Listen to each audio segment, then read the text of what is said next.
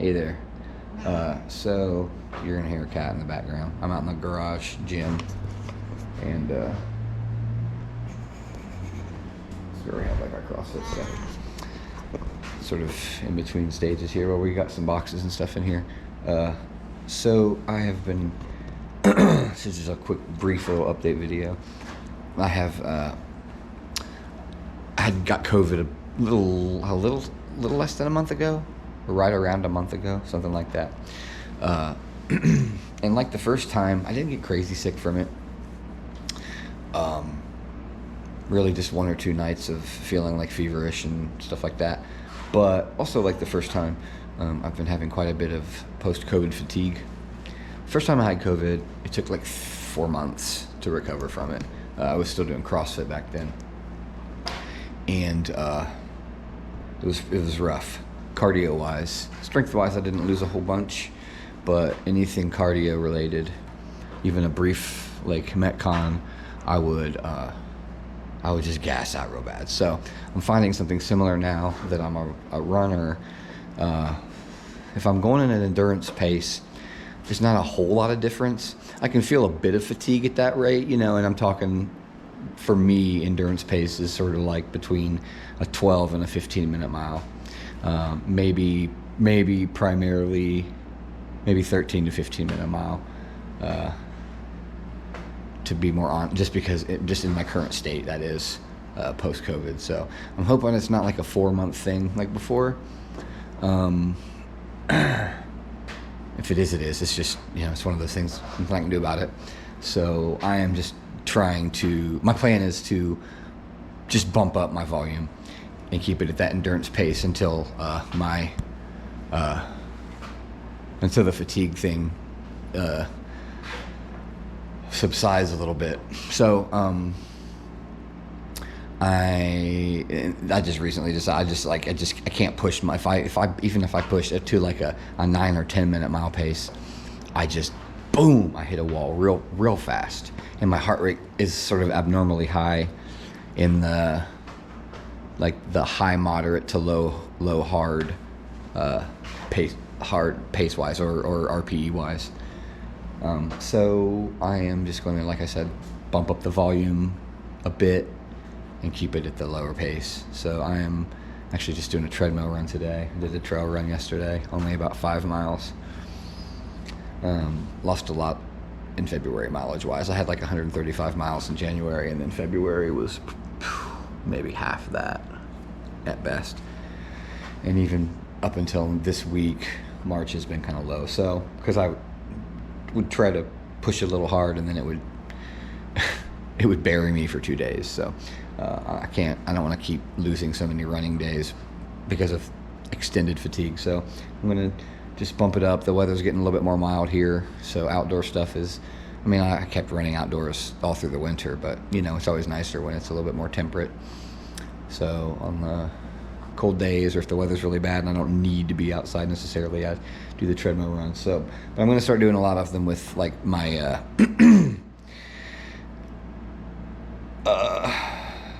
with sort of replicating Buckeye 200 conditions. So I am, at this point, looks like I'm going to do it screwed, which means no crew. So just doing it alone, and if I'm going to sleep, either sleeping on a picnic table or something, or there are hotels along the course. You can get hotel room and sleep for a couple hours and then get back on. So something like that, and then I can just if I come to a point where I can't continue, I can just call some, it's close enough to home that I could wait wherever I am for an hour or two until somebody gets to me. So no big deal there. It's cool. It's being forced, basically, because my wife just can't get off. I mean, it's nearly a week. It's 6 days for this, and it's hard for anybody, to be able to be available for that long away from work when you have a full-time job. So yeah, so it just forces me to have to try to replicate things a little bit more, because I can't rely on I'm not gonna be able to rely on a crew. So my cat is on top of this stuff. It's funny here. So right now I'm simulating, even on treadmill runs. Get down, baby girl. Get down. Even on treadmill runs, I'm sort of simulating Not exactly, obviously. The stuff that's out here is probably not precisely what will actually be in the pack, but it's like I'm just trying to replicate weight and things like that. So I'm going to show you here what I have to replicate the pack, because it's sort of just muling myself, carrying everything I can with me.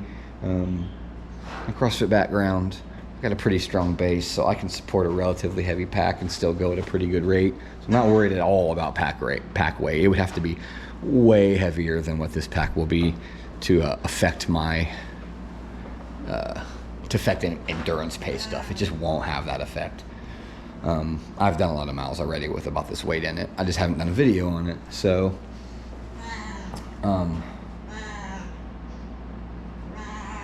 trying to think if there's been anything else. I'm gonna do forced sleep deprivation runs.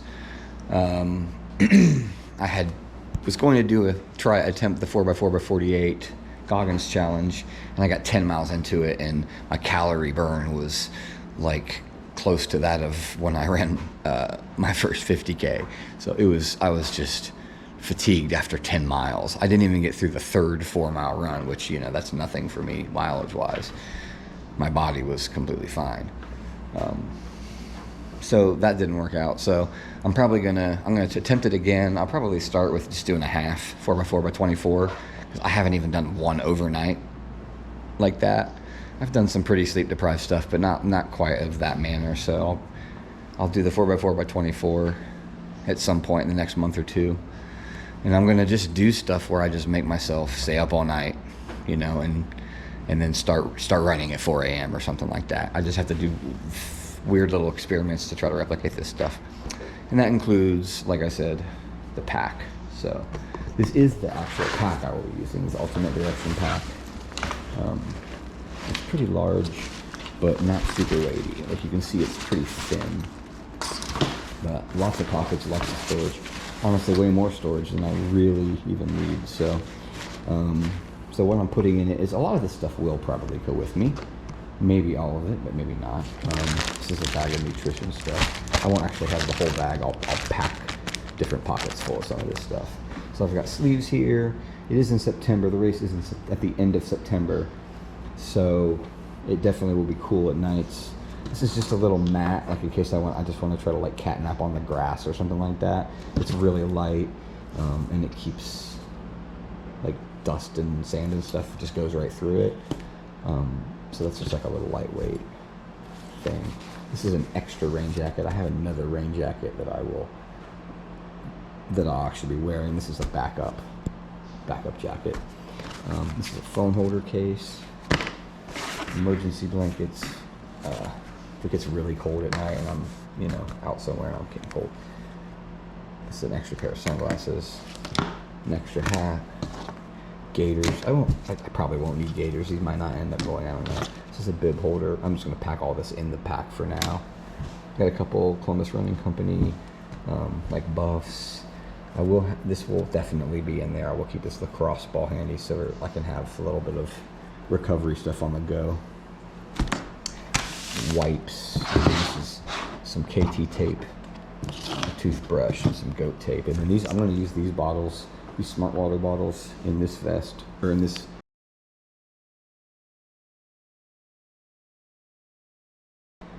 pack, work really well, and they hold about 1.5 bottles of. It's a lot larger than any of the other bottles that I have. So that's the pack, and I'm going to just jump on the treadmill, and I don't know how many miles I'm going to do yet today. I'm not on a training plan necessarily yet, because the race is quite a ways away, and it's going to be a really unique training plan. It will not be a traditional ultra running training plan like I would do if I was running a 50 or 100, which I will do next year. We'll probably try to run my first 50 mile trail race. The Buckeye 200 is a road race. I don't know if I've mentioned that or not. It starts in Ashtabula, Ohio, which is where my mother grew up. It starts at Walnut Beach, and you go 100 miles south to Wellsville, Ohio, which is the turnaround, and you turn and you run back to Walnut Beach. So that is the course. So I'm going to throw all this stuff in the pack, and then I'm going to jump on the treadmill and get my miles in today. So I'm just building a lot of slow miles, endurance pace stuff. So I've got a 7-mile loop that for when I go right out my front door. I have a little nice 7-mile loop that I will start running a lot. It's very similar to the type of roads that I will be on for the Buckeye 200. So incorporating a bit more strength training and cross training into my training, because I can certainly afford to do that since I'm not taxing myself with like faster running that I normally would be doing in the early stages of like an early block training for a 50 or 100 miler. I'm just not going to be doing stuff like that, especially while the fatigue level. I just can't do workouts like that right now. So what I can do is a lot of miles at endurance pace, and that's what my race is anyways. So that's what we're doing, and so that's the catch up. I'm going to try to keep these videos a little shorter, although I guess 11 minutes is not a really short video, but I want to do them more often. So I appreciate you watching. That is the catch up, chasing 200. For a little while, I was actually considering maybe not doing the race because first of all, because I wasn't sure, because when I found out I wasn't going to be able to be crewed, I was a little bit disheartened, because I kind of felt like I wasn't going to be able to do it if I didn't have a crew. But I'm just going to view it like an adventure. That's what they're meant to be. It's a journey run, and I'm just going to start, and I'll have a goal for the first day, and hopefully get that goal, and then another goal, and then another goal, and then another goal, and just chip away at it. It's close to home, so it's not a big deal. No matter where on the course I go, I'm not more than like 2 hours from home. So as far as someone being able to come and get me, so unless if there was some kind of emergency, I would have to go to the hospital or something anyway. So barring something like that, I can sit on a bench for 2 hours and wait for someone to come pick me up. So that's kind of the way I'm looking at it. And A goal, of course, would be to finish it. B goal, I'd like to get to the turnaround. Let's get 100 miles. And then C goal, like farthest I've ever run, basically. So, which at this point is a 50K. So you get 6 days to do it. It's not a very fast pace, so it'll be fun. So it'll also be very difficult. So I'm about 50-50 whether I think I can finish it or not. And it's not pessimism. It's just, it's so far beyond. Which is why I picked it, because I wanted to really test myself. So that's how we're going to do it. Again, thanks for watching. And if you like this stuff, do all the stuff below. Appreciate it. Bye. A minute ride made me lose my way. 1 minute high, knew my life would change. And I was hoping that you could stay. The city lights, will that remain? Oh, I hate saying goodbyes. I wish that time went slow, but I know it ain't too long before we meet. I wait for you. No, I wait for you. Nothing can break us two. I wait for you. Counting every hour, every second makes it easier to keep on breathing. At night in my dreams I feel peace, I remember it all.